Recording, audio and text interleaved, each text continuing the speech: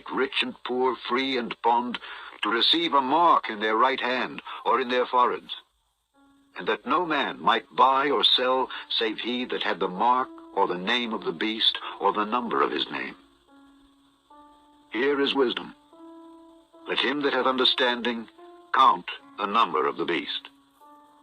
And the third angel followed them, saying with a loud voice, If any man worship the beast and his image, and receive his mark in his forehead or in his hand, the same shall drink of the wine of the wrath of God, which is poured out without mixture into the cup of his indignation. And he shall be tormented with fire and brimstone in the presence of the holy angels and in the presence of the Lamb. And the smoke of their torment ascendeth up forever and ever. And they have no rest day or night, who worship the beast and his image, and whosoever receiveth the mark of his name. This is a developmental system made by MC10, and it has an antenna and some sensors embedded in it. And what we plan to do is work with them to advance a tattoo that could be used for authentication. It's really true. So what this means is that becomes my first superpower. I really want this superpower. It means that my arms are like wires, my hands are like alligator clips. When I touch my phone, my computer, my door, my car, I'm authenticated in. First superpower. Like, I want that. 2001: A Space Odyssey isn't a horror movie per se. The computer HAL 9000 does at least develop an AI personality all its own and isn't that far removed from the theme of possession I'm trying to present here. In the video game Five Nights at Freddy's, the Chuck E. Cheese-like automatons, like the murderous voodoo Chucky doll, come to life at night and chase you around as you try to escape. In this case, they definitely are possessed of evil spirits.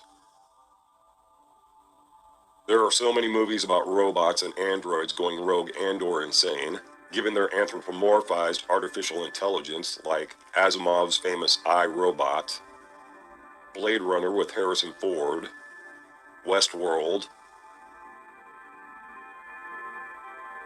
and lesser-known films like Automata with Antonio Banderas, that I won't even bother to try and list them all.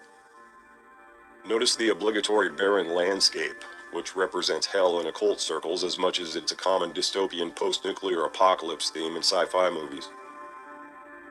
It always seems to be there.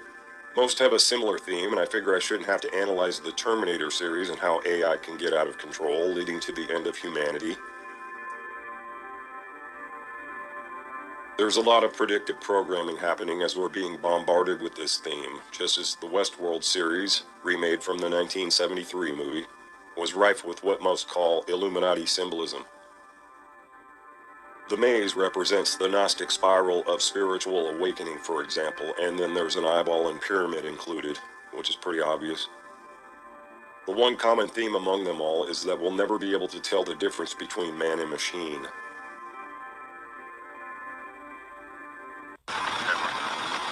Say, that's a nice bike.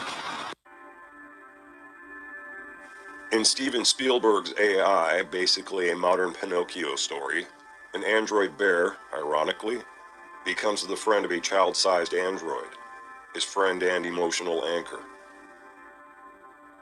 Whether a puppet like Pinocchio is infused with magic or an artificially intelligent android develops a personality of its own and logically sees humanity as inferior, the stories often end the same, with someone needing to destroy the thing. I can't lie to you about your chances.